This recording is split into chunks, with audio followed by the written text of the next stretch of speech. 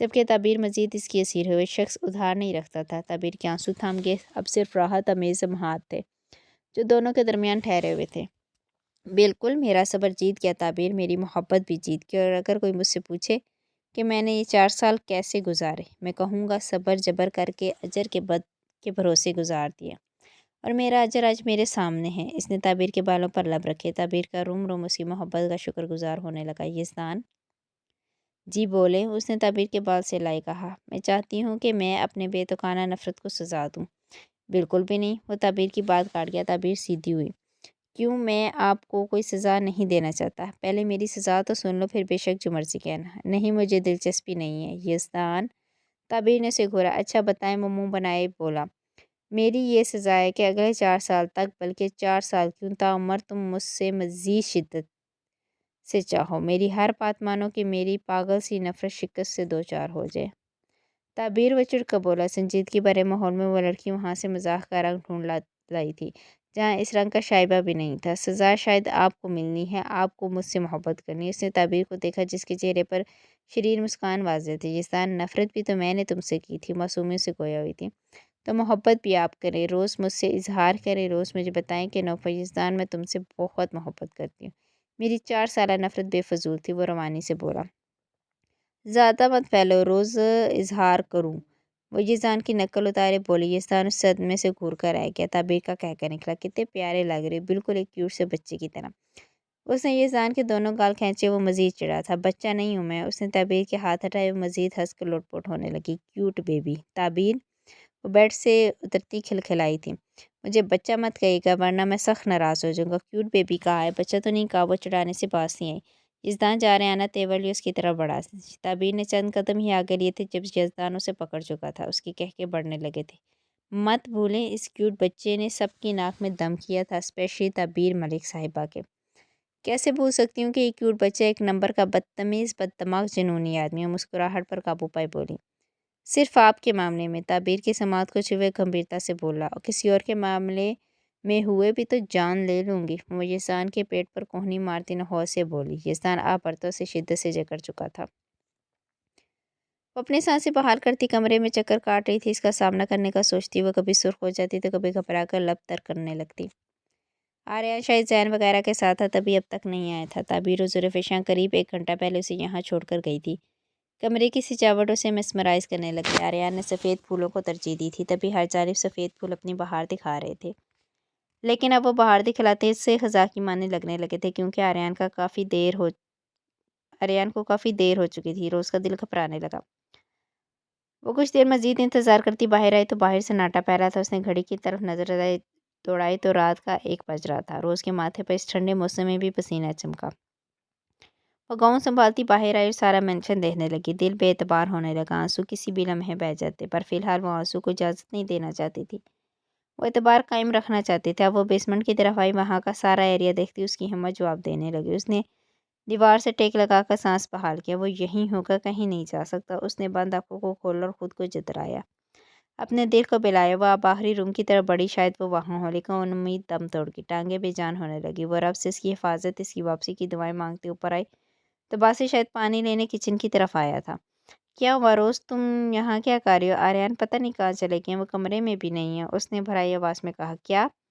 باسط حیران ہوا تھا، مجھے باس کو بتانا ہے۔ وہ آنکھیں رگڑتی اوپر یزدان کے کمرے کی طرف بڑھی۔ اب وہی تھا جو کچھ کر سکتا تھا۔ اس نے یزدان کے دروازے پر دستک دی، وہ 1-2 بار مسلسل دی۔ کچھ ہی دیر میں یزدان باہر آیا، شاید وہ سو چکا تھا، اس کی آنکھیں نیند کی وجہ سے سرخ تھی۔ کیا ہوا روز، اس نے نہایت شگفتگی سے پوچھا۔ آریان، اس نے محض اس کا نام لیا۔ یزدان کی نیند پھک سے اڑی۔ کیا ہوا روز، روز کو رونا آنے لگا۔ باس، آریان پتہ نہیں کہاں چلے گئے ہیں، میں سارا مینشن دیکھ چکی ہوں، وہ کہیں نہیں ہے۔ روز کی گھبرائی بھیگی آواز پر یزدان یکرخت پریشان ہوا تھا۔ اس کی پھولی سانسیں اور روحاں سا چہرہ ظاہر کر رہا تھا کہ وہ کافی دیر سے اسے تلاش کر رہی ہے۔ کیسے، کہاں چلا گیا، تم کہاں تھی؟ وہ روز سے پوچھتا آگے بڑھا، جبکہ روز اپنا گاؤں سنبھالتی اس کے پیچھے۔ وہ چند منٹوں میں دوبارہ پورا مینشن دیکھ چکے تھے، لیکن آریان کا کچھ پتہ نہیں چلا تھا۔ گارڈ سے پوچھا، باسط باہر دیکھو، گراؤنڈ میں دیکھو، پچھلی طرف دیکھو، وہ یہیں کہیں ہوگا، ہر جانب ڈھونڈو اسے۔ وہ گارڈز اور باسط کو کہتا خود بھی باہر بڑھنے لگا۔ جب اس کے قدم رکے تھے، آریان کو کچھ ہو گیا تو وہ کیسے کہیں جا سکتے ہیں؟ وہ تو یہاں کے راستے بھی نہیں جانتے، وہ تو ابھی مکمل ٹھیک بھی نہیں ہوئے تھے، کہیں شایان سے اگر انہیں کوئی نقصان نہ پہنچاتے۔ نہ نہ نہیں، ایسا نہیں ہونا چاہیے، آریان کو کچھ بھی نہیں ہونا چاہیے، اگر انہیں کچھ ہو گیا تو میں بھی نہیں جی پاؤں گی، میں مر جاؤں گی بس۔ یزدان نے مڑ کر روز کو دیکھا جس کی آنکھیں گلابی ہو چکی تھی، جبکہ چہرہ رو کر الگ ہی حسن میں مبتلا ہو چکا تھا۔ وہ زمین پہ گرنے سے کے انداز میں بیٹھی تھی، اس کے لفظوں میں بھی بے قراری، الجھن، تڑپ تھی۔ یزدان لب انچ کے اس کے پاس ہے اور اسے کندھوں سے پکڑ کر کھڑا کیا۔ اتنی جلدی گھبرا گئی؟ روز بہتی آنکھوں سے یزدان کو دیکھا، جیسے کہہ رہی ہو کہ اب بھی نہ گھبراؤں، وہ مل جائے گا، میں ابھی بیسمنٹ میں دیکھتا ہوں، شاید وہ مینشن کا راستہ بھول گیا ہو۔ کیسے بھول سکتے ہیں وہ؟ کم از کم مجھے بتا کر تو جاتے۔ وہ دبا دبا چیخی، جبکہ یزدان بے بس ہوا تھا اور اس کی حالت اسے مزید پریشان کر رہی تھی۔ وہ مل جائے گا، پر تم خود کو سنبھالو۔ کیسے سنبھالوں؟ آپ نے کہا تو وہ اب مجھے کبھی چھوڑ کر نہیں جائے گا، لیکن وہ چلا گیا، مجھے آج پھر تنہا کر گیا۔ روز کے لفظوں میں شکوے تھے جو یزدان کو نظر چرانے پر مجبور کر گئے تھے۔ صنم بھی کمرے سے باہر آئی، آریان کی غیر موجودگی اس کا رنگ اڑا گیا، پتھر کی مورت بنی وہیں کھڑی رہ گئی تھی۔ اسے سنبھالو صنم، میں آریان کو تلاش کرتا ہوں۔ وہ صنم کو روز کی جانب آنے کا کہتا خود باہر نکل گیا۔ اس وقت اس کے پاس کہنے کو کچھ نہیں تھا۔ تم لوگ کہاں تھے؟ وہ گارڈز پر دھاڑا۔ سر ہم یہیں تھے، زین سر باہر گئے تھے تو اس کے بعد گیٹ بند کر دیا گیا تھا۔ گارڈز کی تفصیل پر وہ مزید پریشان ہوا تھا۔ وہ پاکٹ سے موبائل نکالے زین کا نمبر بنانے لگا، لیکن دوسری جانب سے کوئی اٹھا نہیں رہا تھا۔ پیشانی مسلتا اندر آیا تو روز اب کوچ پہ بیٹھی آنسو بہانے میں مشغول تھی۔ روز رونا بند کرو، اس کے آنسو یزدان کو اذیت دے رہے تھے، لیکن وہ یزدان کو دیکھتے پھر سے رونے لگی۔ آریان کا یوں غائب ہونا اس کی جان پر بن آیا تھا۔ باسط کچھ پتہ چلا؟ باسط کی پچھلی جانے سے واپس آنے پہ بے قراری سے گویا تھا۔ باسط نے نفی میں سر ہلایا، جبکہ روز جو ایک آنسو لگائے بیٹھی تھی جیسے وہ اب بھی ختم ہو گئی تھی۔ یزدان نے اپنی پیشانی سلائی اور باہر کی جانب بڑھنے لگا۔ اب آر یا پار کا وقت تھا، لیکن اس کے قدم تھم گئے تھے۔ باسط بھی صنم کے قریب آ کے ٹھہر گیا۔ صنم نے آگے بڑھنا چاہا، لیکن باسط نے اس کا بازو پکڑ لیا۔ سامنے آریان اور زین موجود تھے، یزدان کے ماتھے پر بل نمائے ہوئے۔ تم دونوں کہاں تھے؟ یزدان نے سنجیدگی سے پوچھا، جبکہ زین نے آریان کو دیکھا جو چہرے پر خفیف سی مسکان سے جائے کھڑا تھا، جبکہ روز جو سن سی بیٹھی تھی، وجود میں ایک پریری سی دوڑی۔ وہ فوری کھڑی ہوئی اور اب جیسے دل بدگمانی میں مبتلا تھا۔ میں تم سے کچھ پوچھ رہا ہوں زین چودھری، یزدان بلند آواز میں بولا۔ اس کا غصہ ساتویں آسمان پر جا پہنچا تھا، جبکہ روز اب پھیلی آنکھوں سے آریان کو دیکھ رہی تھی۔ وہ ٹھیک تھا، صحیح سلامت اس کے سامنے کھڑا تھا۔ کچھ دیر پہلے جو امید دم توڑ گئی تھی، وہ آریان کا نام بڑبڑاتی آ گئی۔ تو آریان نے اثبات میں سر ہلایا، گمان سے یقین کا جانب سفر گامزن ہوا تو تیز قدموں سے بھاگتی اس کے پاس آتی اس کے سینے سے جا لگی۔ آریان ایک پل کے لیے بے حس و حرکت رہ گیا، سمجھ نہیں آیا کہ کیا تاثر دے۔ وہاں موجود جیسے سب کو جھٹکا لگا تھا، جبکہ یزدان کا غصہ حیرانگی میں بدلا تھا۔ زین روز کی حرکت دیکھتا نگاہ کا رخ بدل کر رہ گیا، لیکن لبوں پر شریر مسکان پھیل گئی تھی۔ روز سنبھالو خود کو۔ آریان نے لب دبا کر ارد گرد دیکھا اور کندھوں سے پکڑ کر سیدھا کیا۔ خفت سے وہ اس وقت جیسے کسی سے نظر ملانے کی پوزیشن میں نہیں رہا تھا۔ روز سے ایسی حرکت کی اسے امید نہیں تھی۔ کیوں گئے تم؟ ایسے کوئی جاتا ہے؟ کہاں گئے تھے تم جانتے ہو میں کتنا ڈر گئی تھی؟ اس کا گریباں جکڑ کر وہ وہاں سب کو ایک اور جھٹکا دے چکی تھی۔ بھیگی آواز، مخصوص لب و لہجہ جو سب کے چہرے پر مسکان لاتا تھا، آج بھی وہی لایا تھا۔ روز سب دیکھ رہے ہیں، آریان نے اسے احساس دلانا چاہتا وہ بھیگی خفگی بھری نگاہ سے اسے دیکھنے لگی۔ آریان نے لب کھول کے سوری کہا اور کندھے بھی ہلکے سے جھکائے جیسے شرمندہ ہو۔ روز نے سر جھٹکا جیسے اس کی سوری سے شرمندہ ہونے سے کوئی فرق نہ پڑا ہو۔ تمہارے باس کیا سوچیں گے؟ وہ بڑبڑایا تو روز چونکی۔ یزدان نے دانت پیس کر زین کو دیکھا جو آج کے حالات کی وجہ سے تھا۔ وہ پاکٹ میں ہاتھ ڈالے آگے آیا، یزدان کے قریب جھکا۔ تمہاری بیوی نے اگر تمہیں یہ منظر دیکھتے ہوئے دیکھ لیا تو تمہارا خون کر دے گی، اس لیے اپنے کمرے میں چلے جاؤ۔ یزدان نے ایک زوردار پنچ اس کے منہ پر مارا۔ زین کے ہونٹ پر خون کی بوند نمایاں ہوئی، جبکہ صنم کی چیخ بے ساختہ تھی۔ سر شکر تھا کہ باسط پاس تھا، ورنہ وہ اب تک بھاگ چکی ہوتی۔ وہ تو ابھی ایک صدمے سے نہیں نکلی تھی، دوسرا صدمہ سامنے کھڑا تھا۔ کیا یار مشورہ دیا اور تم مرنے مارنے پر اتر آئے؟ زین انگوٹھے سے خون صاف کیے بولا۔ کمینے انسان، ہم سب کی جان نکل گئی تھی۔ روز کی حالت دیکھی ہے تم نے؟ یزدان دھاڑا تھا، لیکن زین کا وہی نارمل انداز تھا۔ روز کا آریان ہی مجھے زبردستی لے کر گیا تھا۔ روز نے حیرت سے آریان کی جانب دیکھا جس نے سر اثبات میں ہلایا تھا۔ مطلب؟ یزدان نے اجنبی سے پوچھا۔ باپ بننے والے ہو اب بھی پوچھ رہے ہو؟ یزدان کو اب بھی سمجھ میں نہیں آیا۔ ویسے چھوٹی عمر میں شادی کا یہی نقصان ہوتا ہے، انسان کی یادداشت جلدی کمزور ہونے لگتی ہے۔ اس نے یزدان کو مزید تپایا، جبکہ روز و صنم کا چہرہ سرخ ہوا تھا۔